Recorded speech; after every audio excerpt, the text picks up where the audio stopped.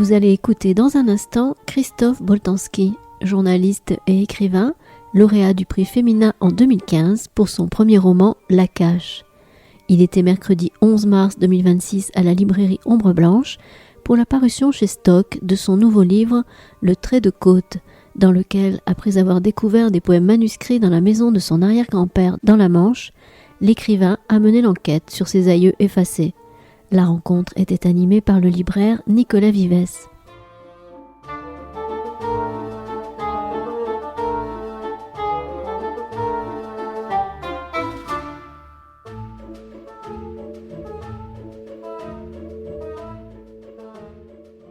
Merci d'être là, toutes et tous, parce qu'il y a un monsieur ce soir, pour accueillir Christophe Boltanski. Donc on a calculé tout à l'heure, c'est la quatrième fois qu'on a le plaisir de le recevoir. Cet hiver pour le Trait de Côte qui est paru au mois de janvier. Je lui faisais la remarque tout à l'heure, le livre, je l'ai lu début janvier, au moment où il y a eu la tempête Goretti. C'était juste après. Et en fait, il me disait que le livre était sorti le jour de la tempête. Et le livre commence, on va en parler, à Barfleur, tout au nord du Cotentin, dans cette petite ville où on a enregistré le record de vent, je crois que vous m'aviez dit. 213 km/h, Voilà. oui, qui a été enregistré au phare de Gatteville, qui est juste à côté. Et c'est vrai que le livre avait un bandeau, a toujours, enfin, un bandeau qui représente une mer assez furieuse. Donc, Oui, d'ailleurs, ça, c'est vous qui l'avez choisi ou c'est chez Stock qu'il a été... Ils m'ont proposé plusieurs bandeaux et j'ai choisi celui-là, oui. Ouais. Il me paraissait correspondre assez bien à l'idée du livre. Donc, Christophe Boltanski, vous êtes journaliste, vous publiez depuis la fin des années 90. On peut aussi vous lire dans la revue Cometa, si on a du temps après, peut-être qu'on en parlera, parce que j'ai amené quelques exemplaires du dernier numéro, notamment voilà, sur les oligarques russes, et puis une dernière enquête sur Israël. En littérature, en tout cas, on vous a connu avec ce grand succès de 2015 qui était La Cache, qui a aussi été adapté au cinéma. Je l'ai vu il n'y a pas longtemps, le film est assez... m'a bien plu. La Cache, c'était un livre sur votre famille paternelle. Ensuite, vous avez écrit un roman, Le Guetteur, sur la figure de votre mère. La petite incursion, vous avez reçu pour King Kassai dans la nuit au musée en Belgique. Lévi Jacob, et donc le Trait de Côte, qui là va explorer votre famille maternelle, et on va remonter donc les origines de votre arrière-grand-père, Ernest Clouet, qui est né donc dans ce Cotentin à la fin, dans le deuxième tiers du 19e siècle. Je vous disais, oui, non, ça je vous le dirai après.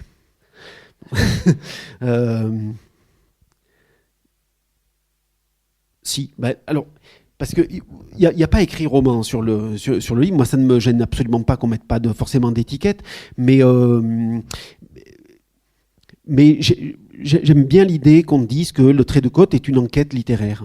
Une enquête parce qu'il y a quelque chose qui va se développer tout au long du roman, où on vous suit dans vos errances et dans votre recherche petit à petit progressive de ces éléments. Parce qu'il faut dire que dans cette maison de Barfleur, pendant le confinement, vous allez trouver une petite cassette qui contient des photos, des lettres, des poèmes dont vous ne connaissez pas l'existence et dont vous avez du mal à trouver les sources. Oui, alors d'abord, moi quand on me demande ce que je fais, je dis j'écris des choses un peu hybrides. Donc qui sont effectivement à mi-chemin entre le roman, le récit, l'enquête. Il y a un peu de tout ça, donc et qui n'a pas forcément, j'ai pas forcément envie d'être mis dans une case. Je trouve que c'est plutôt moi ce qui m'amuse, c'est au contraire d'essayer ce qui m'intéresse, c'est de jouer sur ces différents tableaux. Et là, effectivement, il y a vraiment un élément d'enquête dans le livre, mais c'est une enquête particulière dans le sens où c'est une enquête qui, pour moi, me permet non pas tant de trouver des choses, même si j'en trouve quelques-unes, que de montrer ce que je ne trouve pas, en fait. C'est une enquête qui me sert à montrer justement l'absence plus que la présence. C'est une enquête qui permet aussi de faire comprendre au lecteur que ce livre a été écrit à partir d'éléments assez disparates et avec je voulais raconter une histoire, mais je voulais pas forcément remplir les blancs. Dans les histoires familiales, voilà, et toutes les histoires familiales, et particulièrement celle-ci, ce sont des histoires faites de silence, de vide, de choses qui ne sont tues, et je voulais que ces silences-là soient aussi dans le livre, et c'est par l'enquête que je peux faire en sorte que ça soit perçu par le lecteur. Et effectivement, donc l'élément déclencheur, c'est cette maison que je connais parce que j'y suis allé depuis que je suis né, mais qui en même temps recèle toutes sortes de cachettes dans lesquelles je m'étais jamais aventuré jusque-là. Voilà. Donc c'est à la fois une maison totalement familière et qui m'était aussi totalement inconnue. Et c'est la découverte un peu par hasard. Ce n'est même pas moi qui le découvre d'ailleurs, ce sont mes filles pendant le confinement. On ne dira jamais assez combien le confinement a contribué à la littérature, et qui trouvent une boîte, et c'est une vieille boîte rouillée dans une malle, et une boîte de biscuits, et sur laquelle il était écrit « boîte perdue ». Boîte perdue était l'expression qu'on utilisait pour les boîtes qui n'étaient pas consignées autrefois. Et cette boîte était réellement perdue au fond de cette malle. Et elle était remplie de choses qui avaient quand même la coloration était assez sombre, parce que c'était essentiellement des faire-part, donc entourés de ce liseré noir, avec des noms que je ne connaissais pas, et en haut de la pile, des poèmes écrits sur une feuille. Une feuille blanche d'une belle écriture qui était datée pour les uns de 1929, pour les autres de 1930, mais qui n'étaient pas signés, qui étaient des poèmes anonymes, et qui pour moi, parce que cette boîte était effectivement évidemment plus qu'une boîte remplie de documents, c'était presque une sorte d'hôtel funéraire, donc ces poèmes avaient une valeur de toute évidence importante pour les gens qui avaient vécu dans cette maison, c'est-à-dire mes ancêtres. Je reviens sur cette idée d'enquête, parce qu'il y a quand même un rapport, j'ai l'impression, avec la vérité. Il y a des tas de moments où effectivement il y a des blancs dans cette histoire familiale, et le narrateur, le narrateur que vous êtes, remplit ces blancs-là, parce qu'il y a... Mais je les remplis pas tous. Pas tous, mais... En tout cas, vous allez dans les endroits, vous allez visiter les endroits où cette histoire a eu lieu. Il y a la maison, mais il y a les autres endroits, on y viendra après. Mais au début, vous écrivez « J'entretiens un musée, mais de quoi ? De l'enfance, de la piété filiale ou d'un mal-être, le musée de mes névroses, de l'inquiétante étrangeté qui m'assaille dans un lieu que je fréquente depuis toujours. Je ne suis que le dépositaire d'un héritage qui me dépasse, un gardien temporaire. Dans cette maison, je ne fais que passer. » Je me dis quand même qu'il y a dans le livre une recherche de la vérité de quelque chose, parce que c'est des personnes que vous n'avez pas connues, dont vous n'êtes pas le dépositaire de leurs histoires du tout, donc il faut tout trouver. Mais quand même, j'ai l'impression que vous cherchez une vérité. Oui, après, je pense que tous les écrivains cherchent la vérité. Des fois, on cherche la sienne, mais en fait, quelle qu'elle soit, mais enfin, même si vous écrivez un pur roman, même si je ne suis pas sûr que cette chose existe, vous êtes dans une quête de vérité, donc de toucher une vérité, quelle qu'elle soit. Donc oui, je voulais retrouver la vérité de ces êtres et éviter de les trahir, même si je ne les connaissais pas. Et je pense que au fil du livre, on les découvre, et je les découvre avec le lecteur. Je me les approprie à un moment donné, et donc je m'autorise évidemment. Je fais un recours aussi à l'imaginaire pour imaginer qui ils ont pu être. Mais oui, j'essaye d'être au plus près de la vérité. Oui. Donc on va voir, il y a deux grands volets dans le livre. La première partie qui se passe dans le Cotentin à Barfleur, et ensuite où on va avoir, vous nous brossez le portrait de l'ensemble de cette famille-là sur les 2 générations, Ernest et ses enfants. Et ensuite on va partir dans une échappée avec Madeleine qui va nous amener là, alors, beaucoup plus loin dans le XXe siècle et beaucoup plus loin dans l'espace. Mais on va d'abord commencer. Qu'est-ce que vous avez voulu faire avec cette famille Chloé? C'est un petit peu le portrait aussi de gens qui sont... alors c'est des vies minuscules, c'est des gens un peu oubliés par l'histoire aussi. Oui, là il s'agit de gens invisibles. Hein. Mon arrière-grand-père était douanier dans une région célèbre pour ses contrebandiers. Donc c'était une figure plutôt impopulaire, pour dire les choses, et qui en plus n'a pas eu une carrière extrêmement retentissante. On disait même dans la famille qu'il n'avait jamais interpellé le moindre contrebandier de toute sa vie, ce qui est quand même, il faut le faire parce que c'est. Et ses enfants, son fils va devenir paysan, ses filles, ma grand-mère et sa sœur vont devenir institutrices. Donc ce sont des vies minuscules, un peu à la Pierre Michon, qui n'ont pas laissé beaucoup de traces, mais qui, et c'est effectivement, sont. Il y a quelque chose, il y a eu un drame dans cette famille, et j'ai très vite compris que cette maison, et ça je le savais depuis très longtemps, était quand même une maison plutôt hantée par leur présence, et j'ai découvert effectivement que tout autour de moi il y avait des éléments qui étaient beaucoup plus que des souvenirs, qui étaient presque des reliques dispersées dans des tiroirs, dans des tables de chevet, dans des armoires normandes. On est en Normandie, donc il y a beaucoup d'armoires normandes et beaucoup de clés.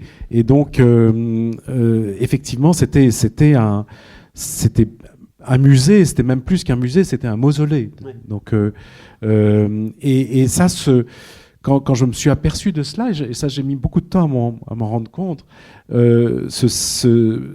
évidemment ce mausolée, ce musée, ce silence appelle.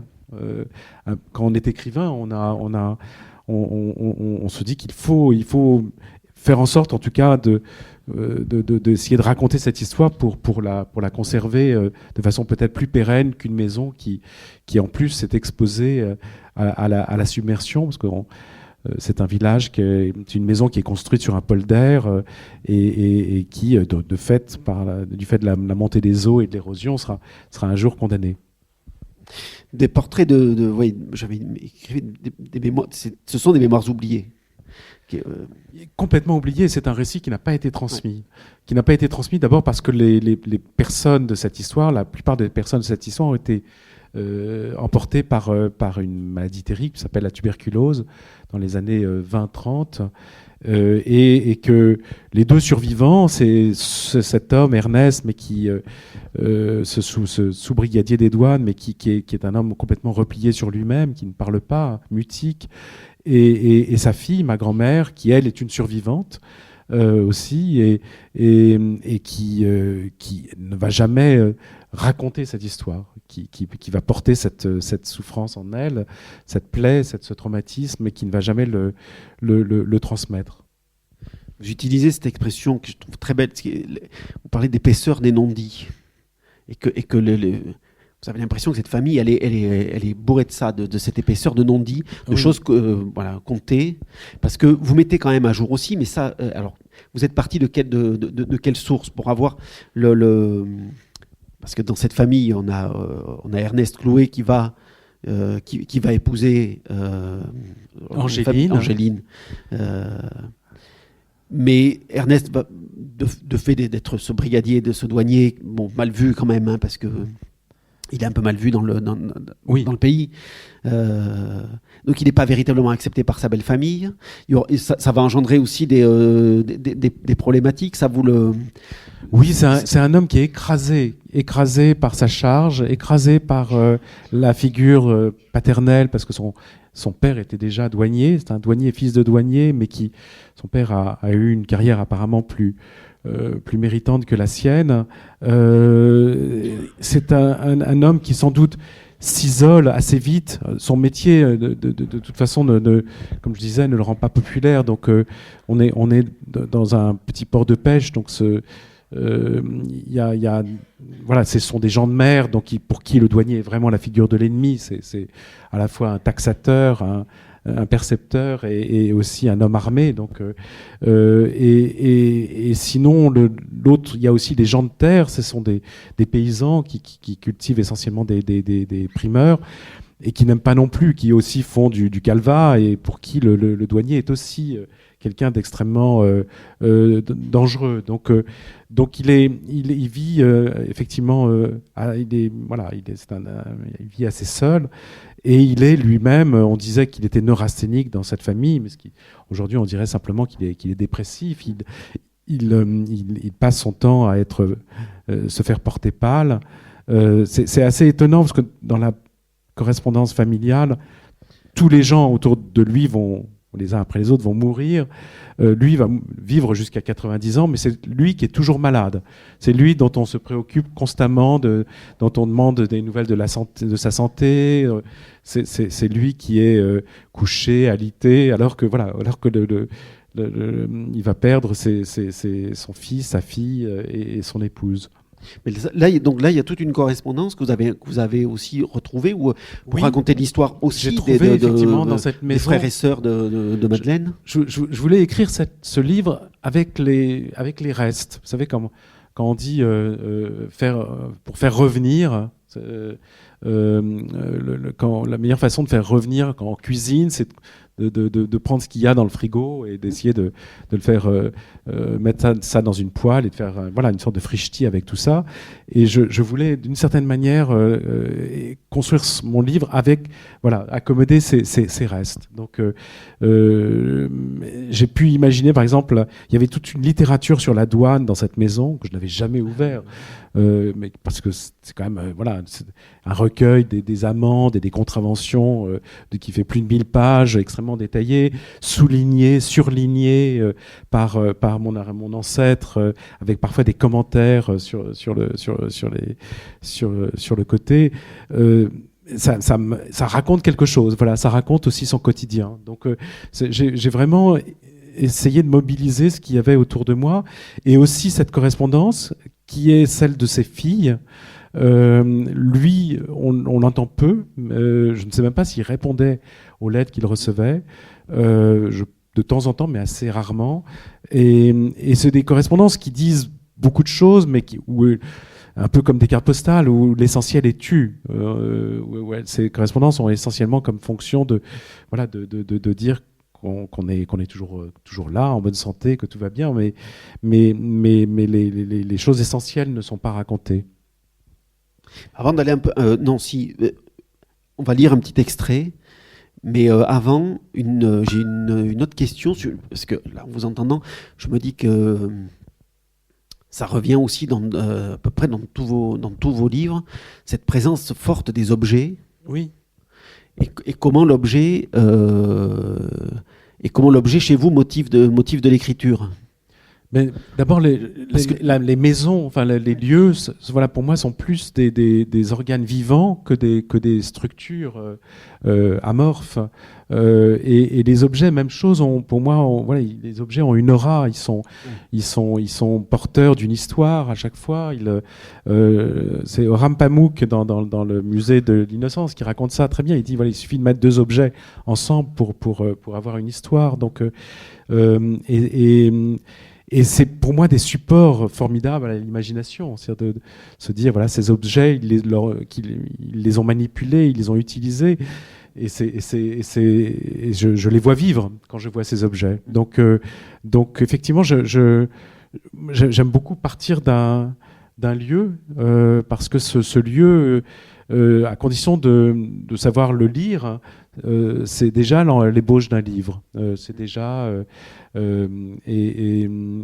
et ce lieu en particulier qui était parce que c'est le passage que je vais commencer à lire, mais c'est la première chose qu'on voit en entrant, c'est un portrait de famille, hein, donc des différents protagonistes de cette histoire, et qui sont accrochés au-dessus d'un secrétaire. Voilà.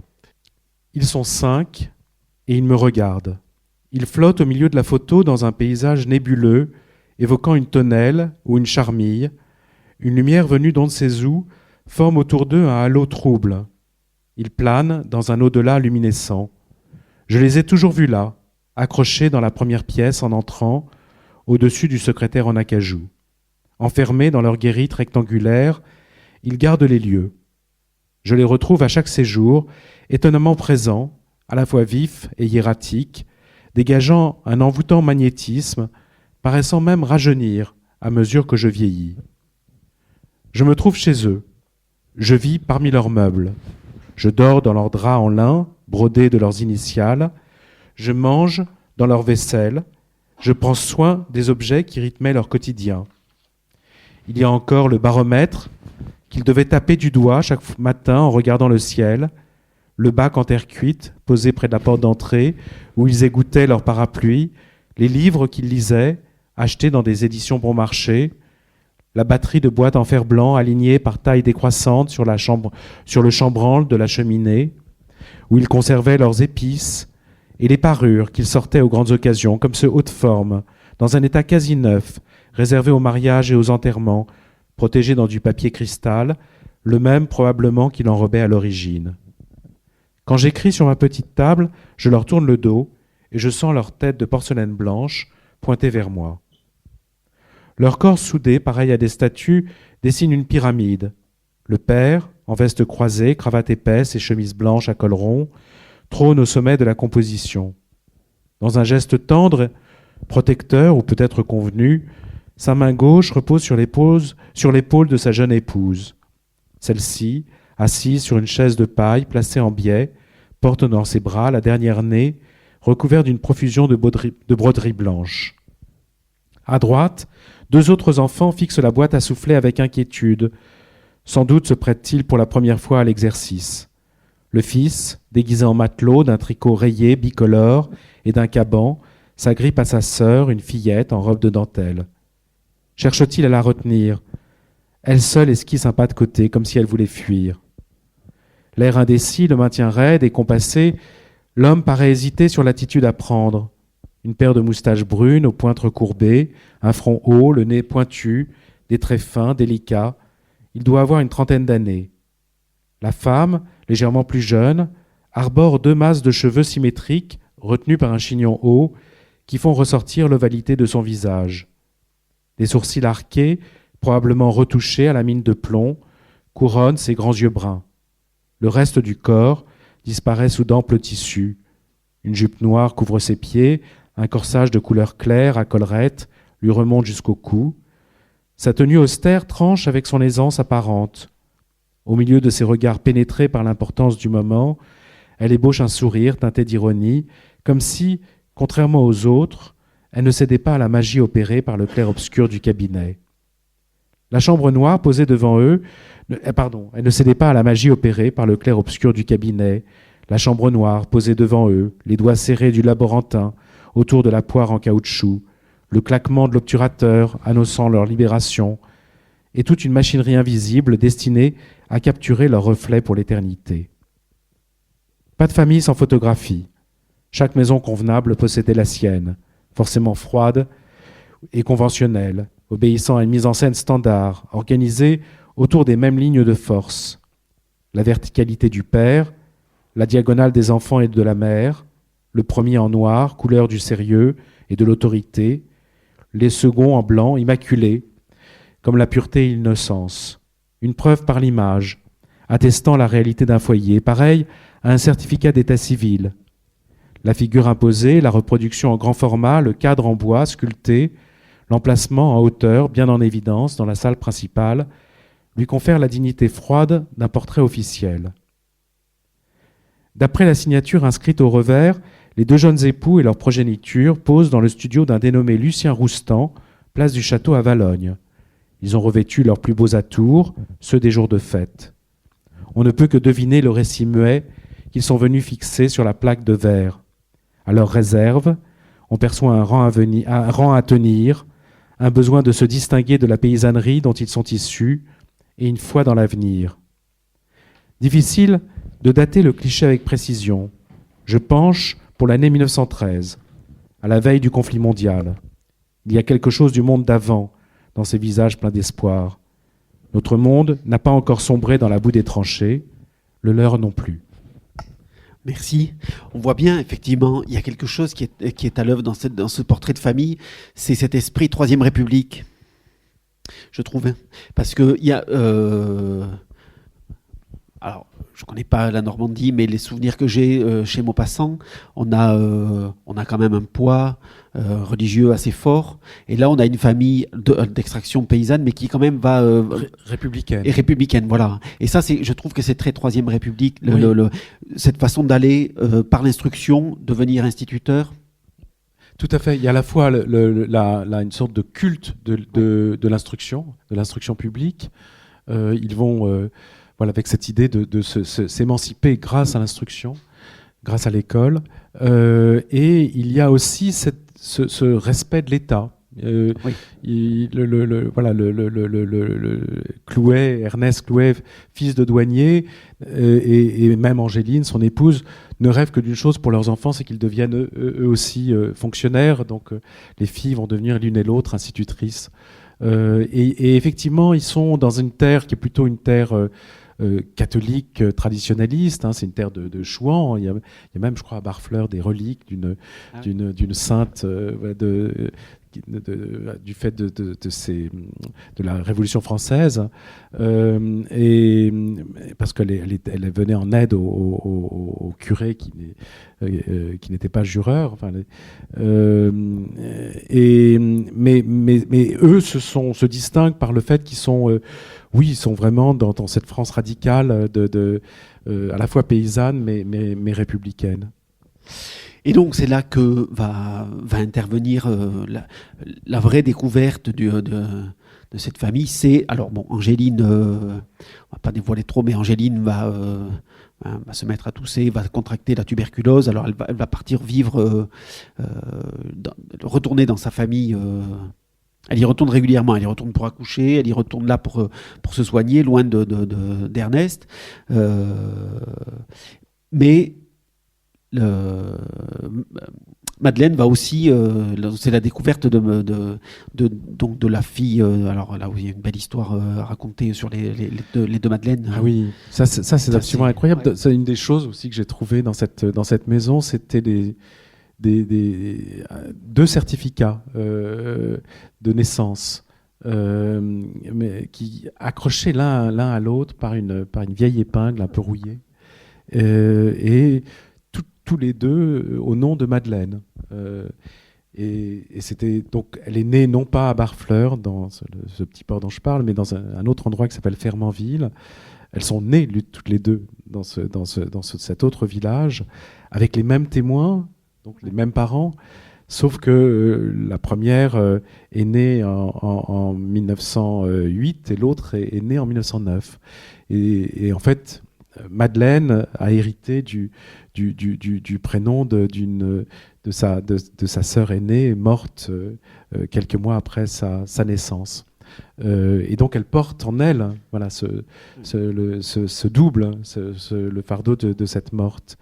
Elle a dû être conçue, je pense, même peut-être quelques jours après la mort de sa sœur. Donc, et c'est effectivement pour elle une entrée en matière dans la vie déjà très très lourde, et c'est voilà, le personnage de Madeleine, effectivement, il occupe une place centrale dans ce livre. C'est quelqu'un d'extrêmement attachant, et qui va avoir, dans un temps relativement court, une vie extrêmement remplie. Christophe Boltanski, lors de sa venue à la librairie Ombre Blanche, mercredi 11 mars 2026, à l'occasion de la parution de son livre Le Trait de Côte, édition Stock.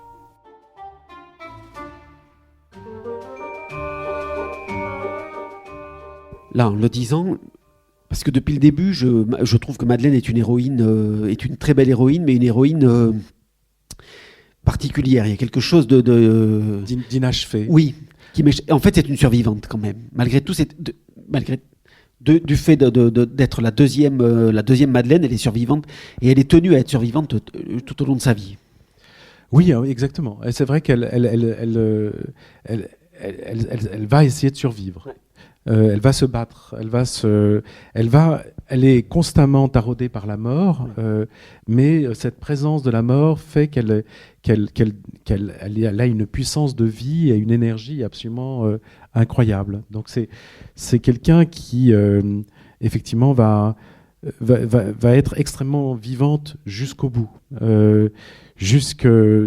D'ailleurs, enfin, bon, je ne vais pas déflorer, mais dans cette maison, ça aussi, c'est quelque chose que j'ai trouvé très, très tardivement, en fait, dans le bas d'une armoire normande. Parce que le bas de l'armoire, on ne devine pas qu'il y a un tiroir, parce qu'en fait, il n'y a pas de poignée. On pense que c'est une sorte de plainte, et il faut tirer en fait par en dessous. Et là, effectivement, j'ai découvert qu'il y avait quasiment, enfin, il y avait que des objets qui étaient dédiés à Madeleine, et notamment cette chose qu'on faisait à l'époque, qu'on appelle des photos posthumes. Donc des photos prises de Madeleine sur son lit de mort, mais où la photo donne à voir quelqu'un qui est mort, mais sous les traits d'une vivante. Donc on a l'impression d'une belle endormie. Et donc effectivement, elle est même morte, elle reste extrêmement vivante par la magie de cette photo posthume. Et donc c'est là que va s'ouvrir le grand destin de Madeleine, qui contracte elle aussi donc la tuberculose et qui, donc jeune institutrice. Elle est encore étudiante. En fait, elle contracte la maladie quand elle est à l'école normale, voilà, c'est ça, d'institutrice, à 16 ans. Et qui va, là encore, effet de cette Troisième République, intégrer un sanatorium dans la Creuse, à Sainte-Feyre. À Sainte-Feyre, oui. Sainte-Feyre, d'accord. C'est près de Guéret. Ouais. Donc, je suis allé voir. Et un lieu qui va être pour elle un vrai révélateur. Oui. Et c'est là que le livre met à jour ce qu'on peut appeler le roman des tuberculeux.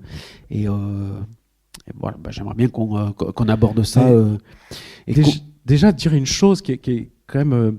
parce que dans le silence de cette famille, il y a aussi la honte. C'est-à-dire que la tuberculose, ces années-là, est considérée comme une tare. C'était quelque chose de presque aussi honteux que la syphilis ou l'ivrognerie. C'était d'ailleurs les trois maux qu'il fallait combattre à l'époque. On les mettait côte à côte.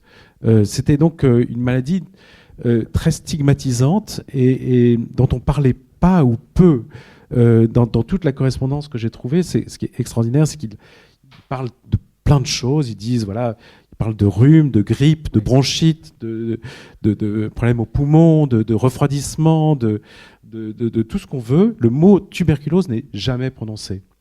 Et souvent d'ailleurs avec la complicité des médecins. C'est-à-dire que les médecins, surtout dans les campagnes, savaient que mettre le mot tuberculose, c'était marquer une famille au fer rouge, et ça pouvait même empêcher, parce qu'il y avait cette idée folle que c'était une maladie héréditaire, et donc ça pouvait même empêcher des mariages.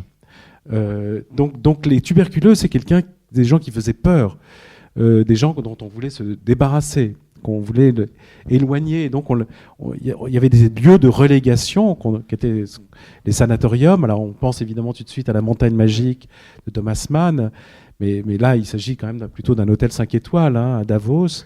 Là, pour les instituteurs et institutrices, on avait construit un immense bâtiment dans une sorte de vide qui était la Creuse, et où se retrouvaient, c'était peut-être le seul endroit en France, des instituteurs et des institutrices de toute la France. Et pour des périodes extrêmement longues, ils pouvaient rester. Madeleine va rester la première fois 6 mois, la seconde fois 14 mois. Donc et ils sont complètement coupés du monde, avec cette présence de la mort qui est omniprésente, hein, mais encore une fois, dont on ne parle pas. Donc on dit, voilà, ce sont des chambres qui se libèrent au petit matin. Hein, on dit qu'un tel est parti, et c'est en même temps un lieu parce que il est coupé du monde, ou aussi un lieu étrangement de liberté, où se retrouvent des gens souvent jeunes, parce que c'est une maladie qu'on peut attraper très jeune, et qui vivent intensément, peut-être aussi à cause de cette mort qui les taraude. Et donc à la fois il y a des hommes et des femmes, mais il y a une stricte séparation des sexes, parce que voilà, au nom de la respect des bonnes mœurs, il y a une aile qui est réservée aux hommes, une autre aux femmes. Il y a un réfectoire, mais même dans le réfectoire, il y a 2 parties. Ils ont interdiction de se côtoyer. Il y a des activités culturelles, parce que quand même, il faut bien s'occuper. Hein. Oui, sauf qu'il y a des moments où, en fait, alors parce qu'on apprend aussi comment soigner. On pensait que la lumière, le soleil soignait, et que, en fait, c'était le repos aussi. Il fallait pas intellectuellement faire des choses. Il y a ce qu'ils appelaient la silencieuse. Ouais. Alors, il y avait beaucoup de séances de repos, mais la plus longue, c'était après le déjeuner, où ils restaient sur des sortes de galeries d'air. On appelait ça des galeries d'air, qui étaient ouvertes, donc à claire-voie, et où ils devaient rester 3 heures sans parler, d'où le nom de silencieuse, et exposés effectivement plein sud, donc très en principe ensoleillé, enfin ça dépendait du temps, hein. Mais et avec tout, et c'était aussi un lieu où on se faisait des amis, parce que il fallait bien quand même passer le temps, et donc c'est effectivement toute cette vie sociale que j'essayais de comprendre et d'appréhender dans ce livre, et où ces jeunes femmes, donc là il y a pas, les hommes ont leur propre galerie, hein, donc là, ces jeunes femmes se retrouvent jour après jour, et où se nouent des relations extrêmement fortes, des amitiés, des amours même, des échanges aussi intellectuels, politiques. On parle beaucoup de politique. C'est le gang des cracheuses de sang. Hein, effectivement, il y a le gang des cracheuses de sang, parce que c'est extraordinaire comme les histoires se rencontrent. Je m'intéresse à Madeleine, je m'intéresse à la meilleure amie de Madeleine, et par ce biais, je vais tomber sur un autre livre qui a été écrit non pas sur la meilleure amie de Madeleine, mais la meilleure amie de la meilleure amie de Madeleine. Voilà. Et par une romancière qui s'appelle Claudie Huizinga, qui a eu le prix Femina aussi pour un très joli livre. L'incandescente. Et elle a écrit un livre qui s'appelle L'Incandescente, et qui se passe aussi à Sainte-Fère. Donc, et c'est ces histoires comme ça qui se catapultent. Donc, et c'est. Mais parce que c'est là que vous trouvez la clé des poèmes qui sont dans la boîte. C'est comme ça que je vais effectivement trouver la clé des poèmes. Enfin, je ne vais pas. Non, on va pas aller. Je ne vais pas tout raconter, mais un peu quand même. Si, parce que l'expertise, mais on en parlera après de l'expertise des poèmes, ça m'a beaucoup plu, hein. Ah oui, parce qu'à un moment donné, j'ai ces poèmes qui sont écrits à la main. J'ai aussi des commentaires sur ces poèmes qui sont écrits d'une autre main. J'ai également des correspondances. Donc je vais essayer de comprendre qui a écrit quoi. Et donc je fais appel à une experte en écriture, non pas une graphologue, mais une experte en écriture, quelqu'un de très sérieux, qui est experte auprès des tribunaux, et qui va même d'ailleurs, c'est elle qui va faire avancer une affaire retentissante qui reste toujours, hein, encore en partie inexpliquée, qui est l'affaire du petit Grégory, vous savez, que cet enfant trouvé dans la Vologne. Et donc je vais faire appel à la femme qui a expertisé les lettres du corbeau, parce que dans cette affaire, il y a eu des lettres anonymes envoyées aux parents, terribles. Et c'est en expertisant d'ailleurs ces lettres qu'il va y avoir donc un rebondissement dans cette affaire avec l'arrestation, je crois, de la grande tante. Voilà. Et donc c'est elle qui va effectivement expertiser tous ces fameux poèmes. Non, mais moi, ça m'intéresse de voir comment. Parce que vous le dites un petit peu, mais on peut. Elle s'est basée sur quoi? Elle avait vous l'avez fourni les poèmes et des éléments de comparaison. J'avais quelques suspects, comme on dit, dans une affaire judiciaire, donc je lui ai fourni tous les éléments scripturaux que j'avais de ces 3 personnes. Et pour qu'elle puisse me dire qui a écrit les poèmes. Encore une fois, la personne qui a écrit les poèmes n'est pas forcément l'auteur ou l'autrice de ces poèmes. Donc c'est encore une autre question. C'est vrai qu'il y a ça aussi, oui, bien sûr. Donc voilà. Mais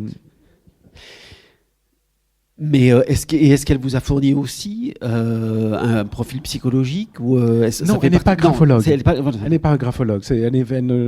Voilà. Après, son travail, c'est vraiment d'identifier les écritures. C'est assez fascinant. Hein. Vous racontez qu'elle explique qu'il y en a sur une des pages, les hauts, ils sont faits, on les tourne par la gauche, puis d'autres, des fois, par la droite. Oui, mais ça, c'est technique, c'est pas psychologique.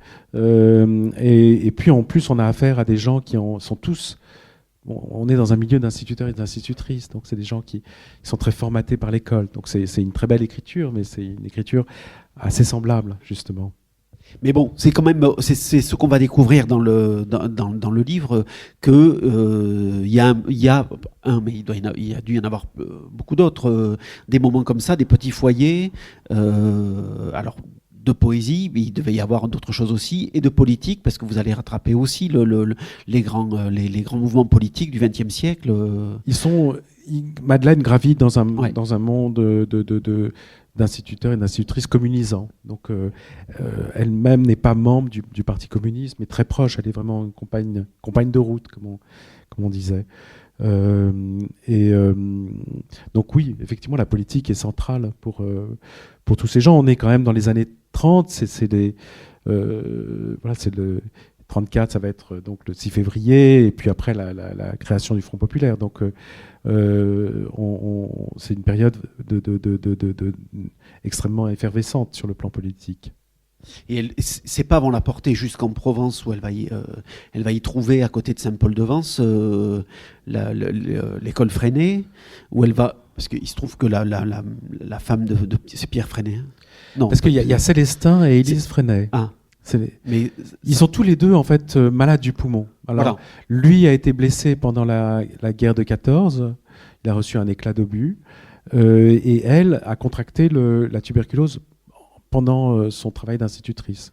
En fait, moi, ce que j'ai découvert aussi, c'était le quotidien des instituteurs de cette époque, qui est quand même assez éloigné de l'image d'Épinal qu'on a aujourd'hui, dont on parle souvent avec des trémolos dans la voix, en disant, oui, à l'époque, l'instituteur était quelqu'un de respecté, c'était un hussard de la République. Mais le quotidien était un tout petit peu différent. C'était des gens c'était un monde très hiérarchisé.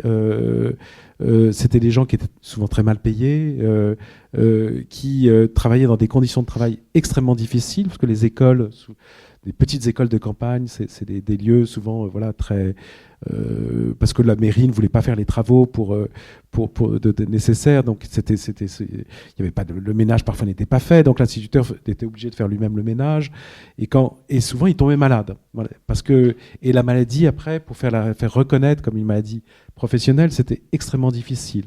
Et donc quand vous étiez tuberculeux, vous ne touchiez, quand vous étiez en malade, ne touchiez que la moitié de votre traitement. Donc toutes c'est des conditions quand même très, très dures.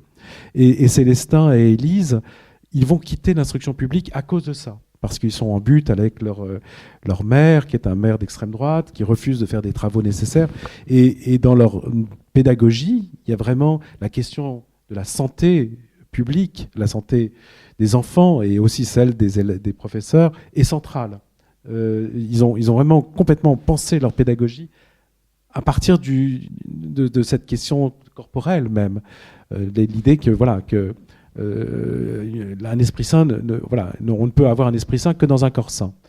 Et donc Madeleine se retrouve à Vence au moment précisément où Célestin et Élise ouvrent leur école, qui est une école révolutionnaire, mais qui est avec briques et de broc, hein, une sorte d'ancienne bergerie, voilà, qui vont retaper, où les enfants dorment quasiment à la belle étoile. Mais en même temps, cette idée tout à fait intéressante qui va être reprise par beaucoup de pédagogues, hein, y compris ceux de l'éducation nationale, qu'il faut partir de l'enfant et pas partir du maître, qu'il faut essayer aussi de réconcilier l'école avec la nature, avec le travail, qu'il faut que le maître lui-même descende de son estrade, qu'il n'y ait plus ce côté comme ça en surplomb. Donc tous ces gens, effectivement, qui sont dans ce monde d'instituteurs et d'institutrices communisants, connaissent le travail de Célestin Freinet. C'est quelqu'un qui écrit beaucoup dans toutes sortes de journaux qui sont lus par ces gens-là. Il y a un moment où, en fait, ça va être une rencontre qui se fera pas avec Freinet, avec ce type de... Peut-être qu'elle s'est faite. Ah, peut-être qu'elle s'est faite. Ah. Moi je pense qu'elle s'est faite. Je n'ai pas d'éléments qui me permettent de l'attester. Mais elle va pas rester à Vence parce que il n'a pas les moyens de la rétribuer.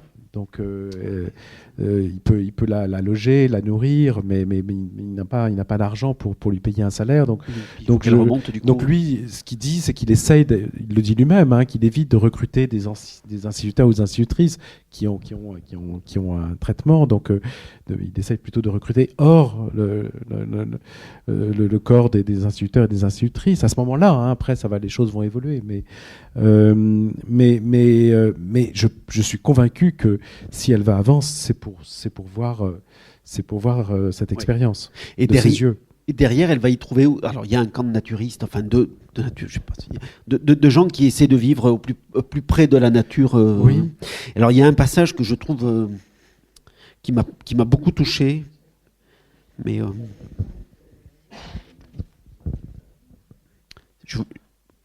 non, c'est vous qui le lisez. Oui, c'est mieux. C'est paragraphe-là. Oui, très bien. Sur le rapport au corps. Alors bon, on est dans elle est malade et c'est une maladie qui traîne depuis des années. Donc je lis ce paragraphe. Oui. À force d'ausculter son corps, elle porte une attention particulière à ce qui l'entoure. Sa maladie conduit à un élargissement du sensible. Elle se soigne avec des forêts et des montagnes. Lorsqu'elle est alitée, elle se perd dans la contemplation de l'univers. Elle regarde autour d'elle et devient oiseau ou nuage. Elle n'est plus que l'air qu'elle respire. Elle se dilue dans l'atmosphère. Elle ne distingue pas vivant et non vivant. Cette femme, qui ne fait qu'une avec le milieu où elle se trouve, ne peut que se reconnaître dans la cosmologie des Freinet, dans leur conviction que le monde est un tout, dans leur volonté de synthèse et de cohérence, dans leur élan vital. Je trouve que c'est formidable cette façon de percevoir les choses comme la nature étant profondément guérisseuse. Oui. Parce qu'aujourd'hui, avec presque 100 ans de recul, je veux dire, on a complètement tourné le dos à tout ça.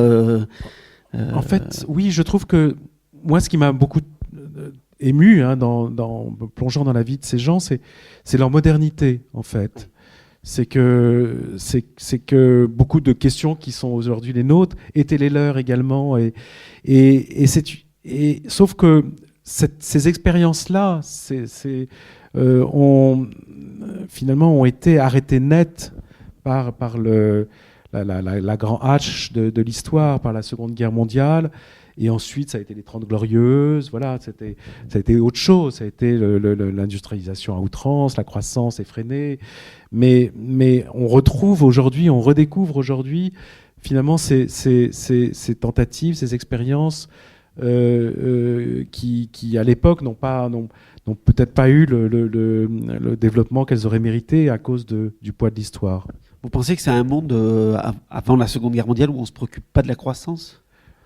Il y a la crise économique qui oblige, voilà, la crise de 29, qui est une crise terrible, qui oblige aussi à penser le monde autrement. Donc on est, pour plein de raisons, et c'est encore un monde assez ouvert finalement.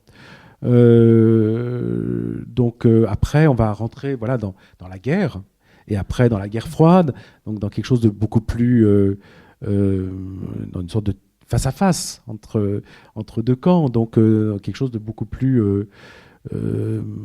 comment dire, un formatage plus grand, je pense, des choses et des idées. Oui, c'est vrai que Madeleine, elle elle a une liberté, oui. Il y a quelque chose aussi dans le livre aussi sur la nature et sur parce qu'il y a la montée des eaux, il y a cette idée que voilà que cette attention à la nature aurait pu être davantage poussée, et elle n'a pas eu lieu, parce que pour toutes ces raisons dont on vient de parler, et cette nature se réveille aujourd'hui, donc elle se rappelle à nous. Je vais peut-être faire circuler un peu le micro s'il y a une question, un commentaire. Merci. J'ai lu plusieurs de vos livres, j'apprécie beaucoup. Merci. Et je voudrais savoir, vous parlez à la première personne là, la cache, vous parlez de votre grand-mère, personne extraordinaire. Et quelque part dans le livre, je me suis dit, il faut que je sache si c'est une vraie ou s'il invente tout ça. J'ai trouvé sur Google, on peut trouver votre grand-mère. Pareil avec le guetteur. J'ai cherché des gens que votre mère a connus quand vous étiez à la recherche de votre mère là. Oui. Et on trouve qu'elle a été en contact avec des gens haut placés dans le mouvement anti-colonialiste en Algérie. Là encore. Et donc, est-ce que ces personnes, vous rajoutez, ou est-ce que c'est un peu enjolivé, ou est-ce que ça vient entièrement est-ce que vous, je sais pas de mot là, fictionnalisé, je vais essayer. Il y a évidemment de la fiction. Dès que vous mettez dans la tête de qui que ce soit, il y a une part de fiction qui s'y introduit. Mais j'ai essayé d'être le plus près de la vérité pour chacun de ces personnages. Donc en tout cas, le plus près de ma vérité, qui n'est peut-être pas celle peut-être même pas celle de mes proches, mais j'ai essayé de. Pour moi, si j'ai écrit sur chacun de ces personnages, c'est que c'était des gens qui m'étaient à la fois très proches et en même temps qui conservaient une part de mystère. Et c'est cette part de mystère que j'ai essayé d'explorer dans chacun de ces livres, sans pour autant forcément la dissiper entièrement. Donc ils conservent leur part d'ombre, je pense. D'accord, j'apprécie beaucoup. Merci. Merci.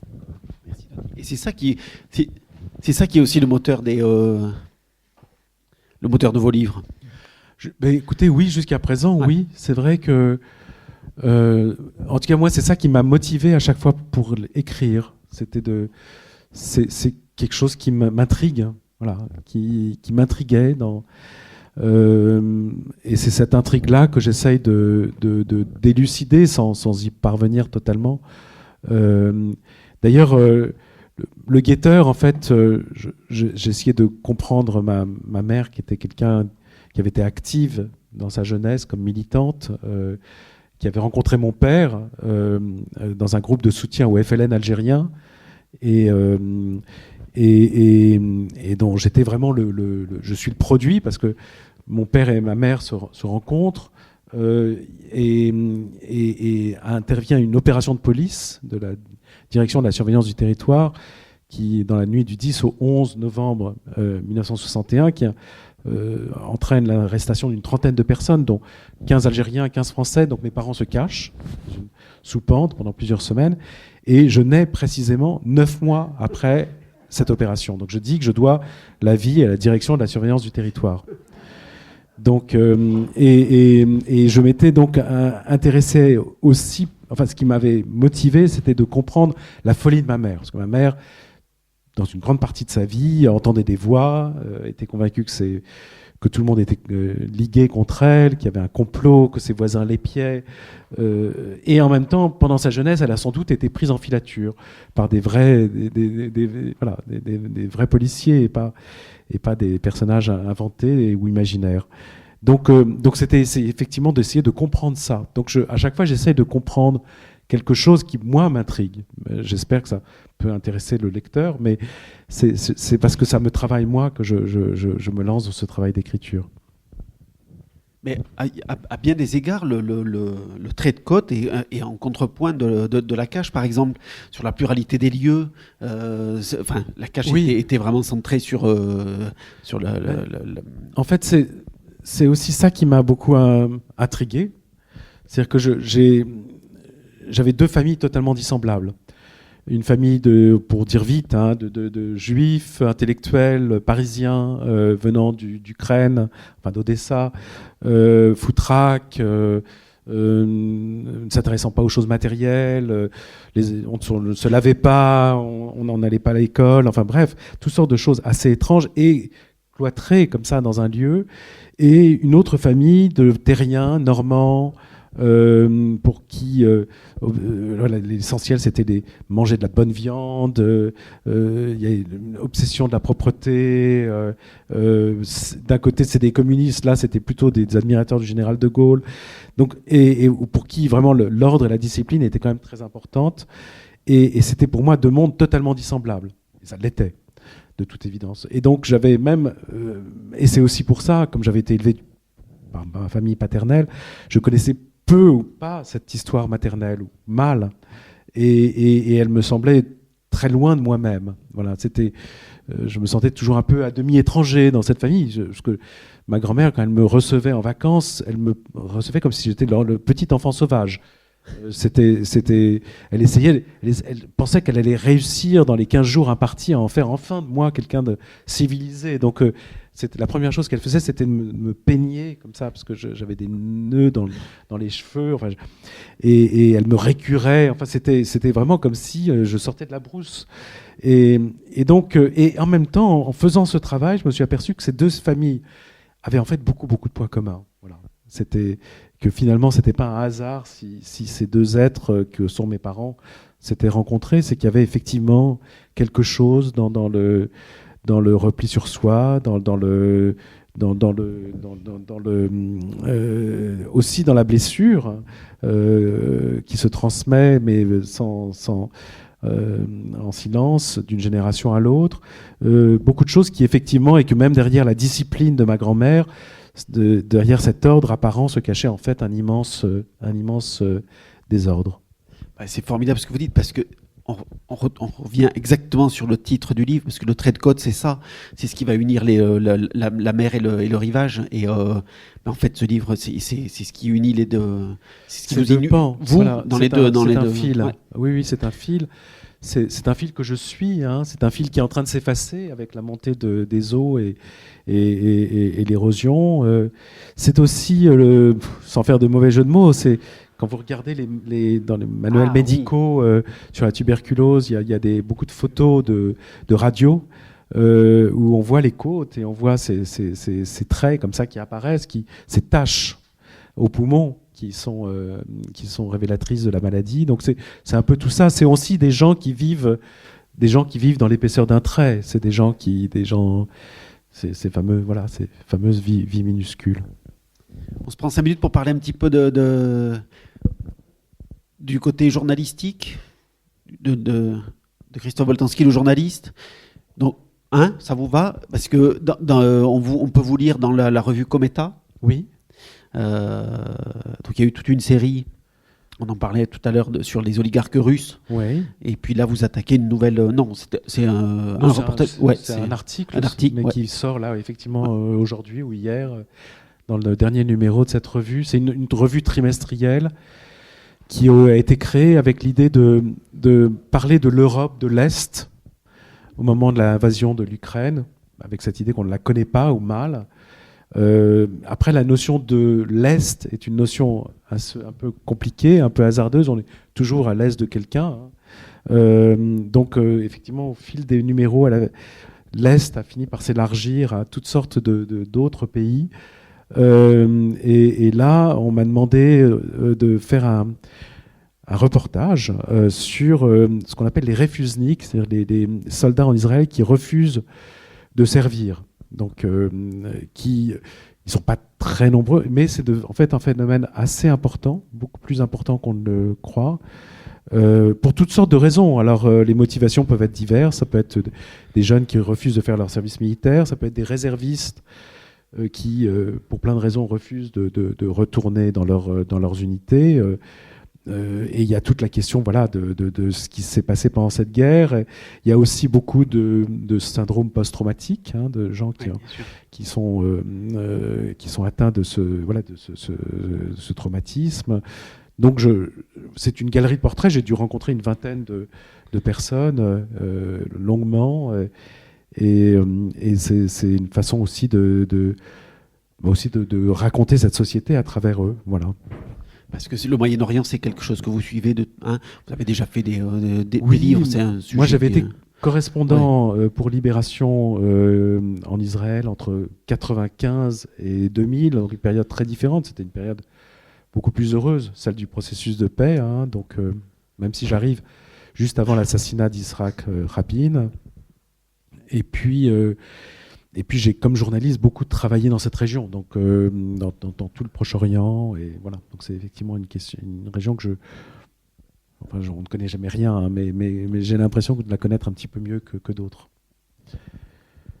Et vos perspectives pour vous pensez qu'on vous pensez qu'on va vraiment vers un embrasement vraiment de je total. Je sais pas, si celui qui arrivera à prédire quoi que ce soit à propos de Donald Trump, je pense, chapeau, oui. mais le problème c'est qu'il peut demain dire victoire, alors que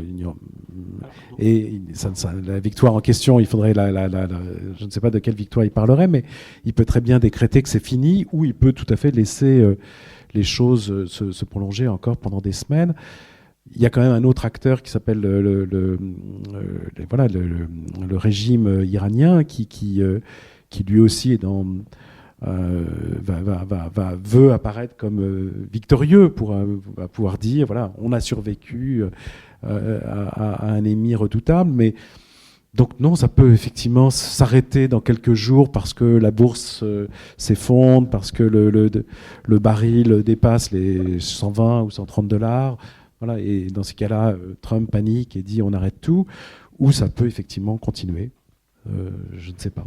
Mais même si on enlève les États-Unis de l'équation, est-ce que vous ne pensez pas que malgré tout, il va y avoir que ça ne s'arrêtera pas à ça?